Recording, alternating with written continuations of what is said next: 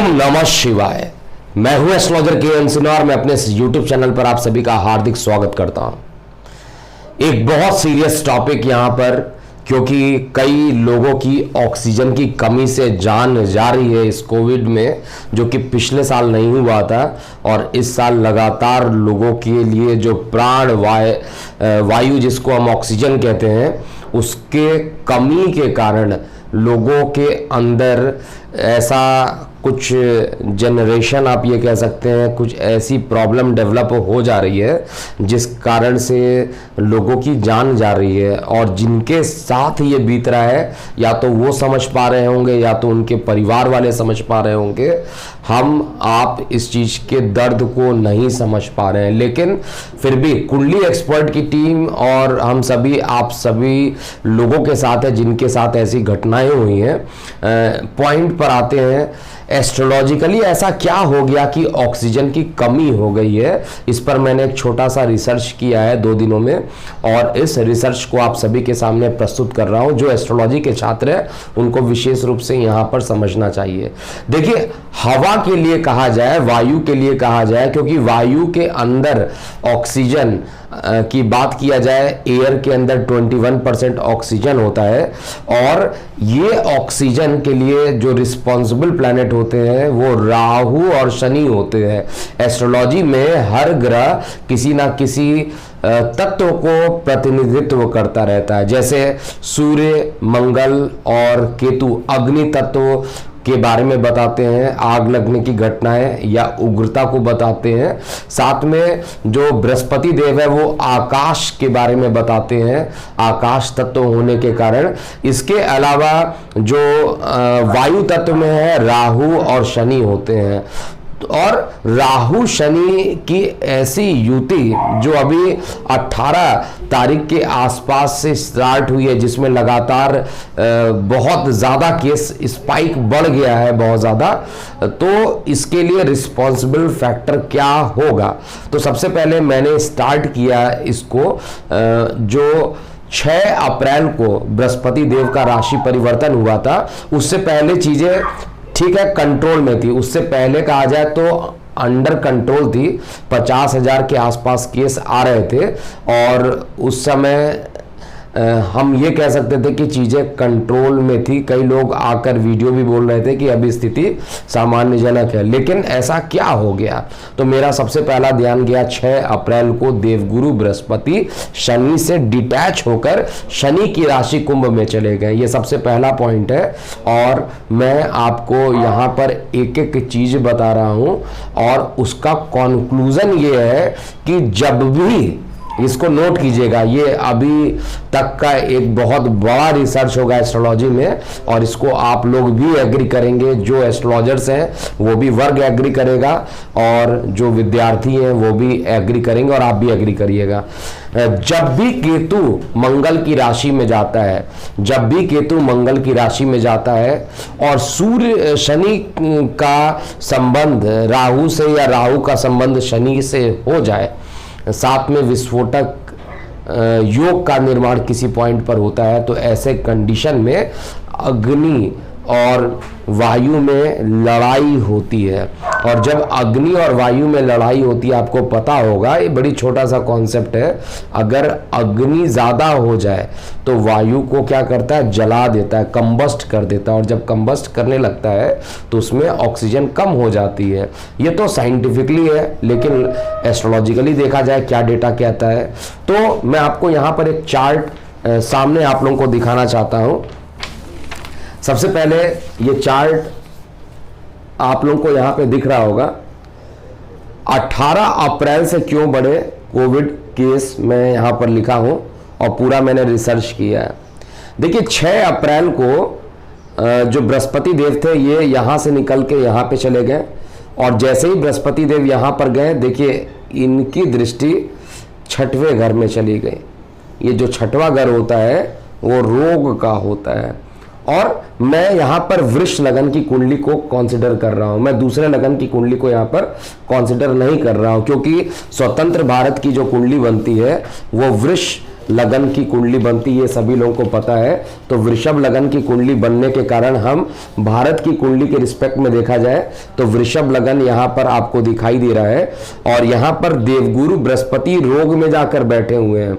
अब यहाँ पर ये मत सोचिएगा कि 8वें घर का मालिक 6वें घर में बैठा हो तो विपरीत राजयोग बन जा रहा है, ऐसा नहीं है, क्योंकि लग्नेश आपका शुक्र अस्त बैठा है। किसी प्रकार का कोई विपरीत राजयोग का निर्माण यहाँ पर नहीं हो रहा है। तो यहाँ पर इस अनुसंधान में मैंने देखा कि बृहस्पति जब भी रोग से संबंध बनाता है तो प्रॉब्लम होती है। और भारत की जो वर्तमान दशा देखिए, मैंने अंडरलाइन किया हुआ है, 7/12/2019 से लेके 7/7/2021 तक चंद्रमा में शनि की दशा चलेगी।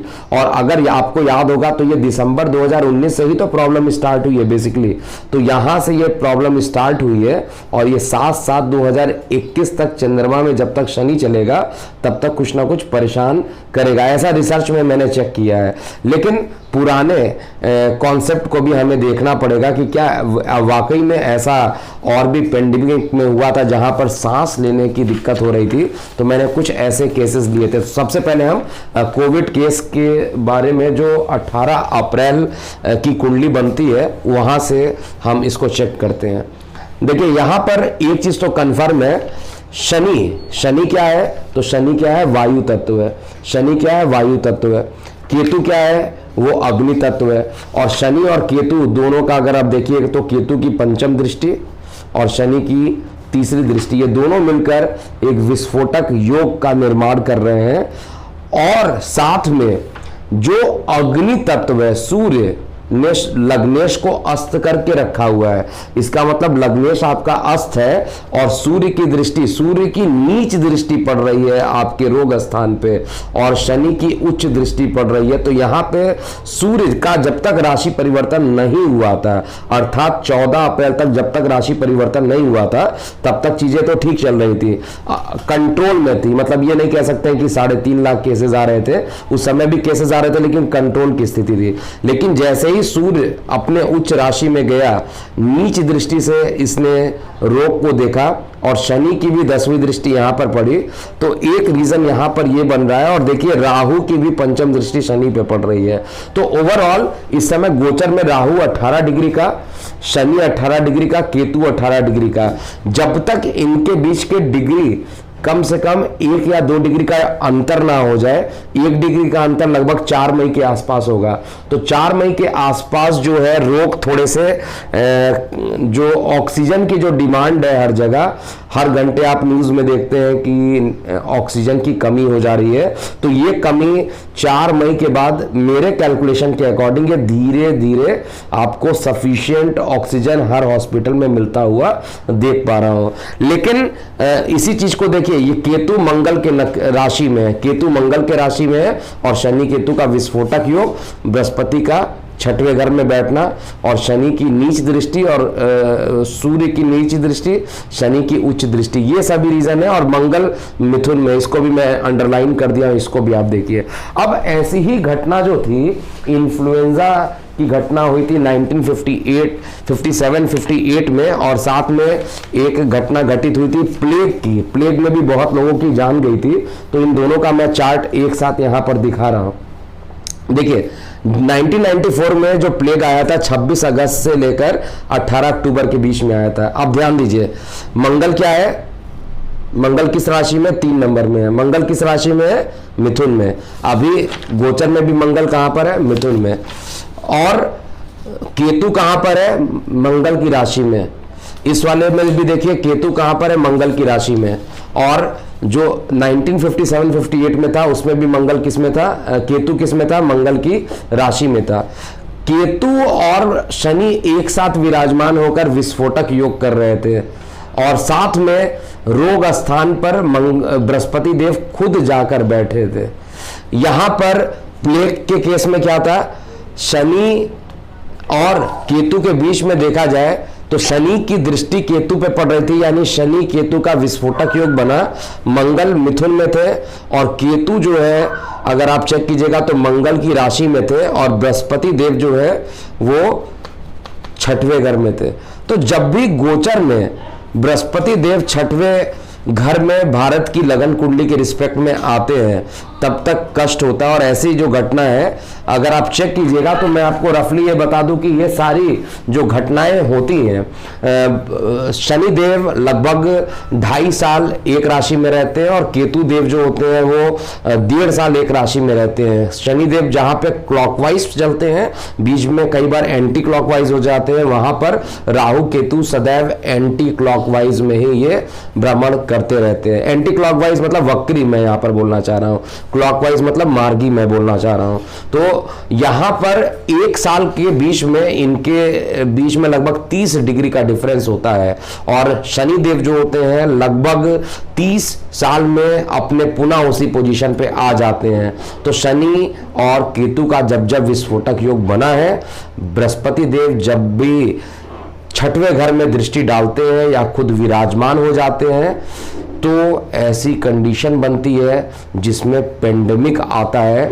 और इसीलिए मैं बार बार 10 फरवरी से लेकर 26 मई तक की बात कर रहा था वीडियो में, और रिसर्च करने के बाद ये वीडियो मैं आपको यहाँ पर पोस्ट कर रहा हूँ, क्योंकि इस समय ऑक्सीजन लेवल सबसे ज़्यादा इंपॉर्टेंट है कि लोगों के अंदर का ऑक्सीजन लेवल कम हो रहा है, जो लोग पीड़ित हैं। तो ऑक्सीजन लेवल ये जल्दी ही जो प्रॉब्लम है, राहु और शनि का जो 18 डिग्री आपका दिख रहा है, केतु का 18 डिग्री, ये जैसे ही शनि देव मार्गी चल रहे हैं ये 19 डिग्री के होंगे, राहु जैसे ही 17 डिग्री के होंगे, ऑक्सीजन की जो डिमांड है वो कम हो जाएगी क्योंकि सफिशिएंट ऑक्सीजन मिलता जाएगा।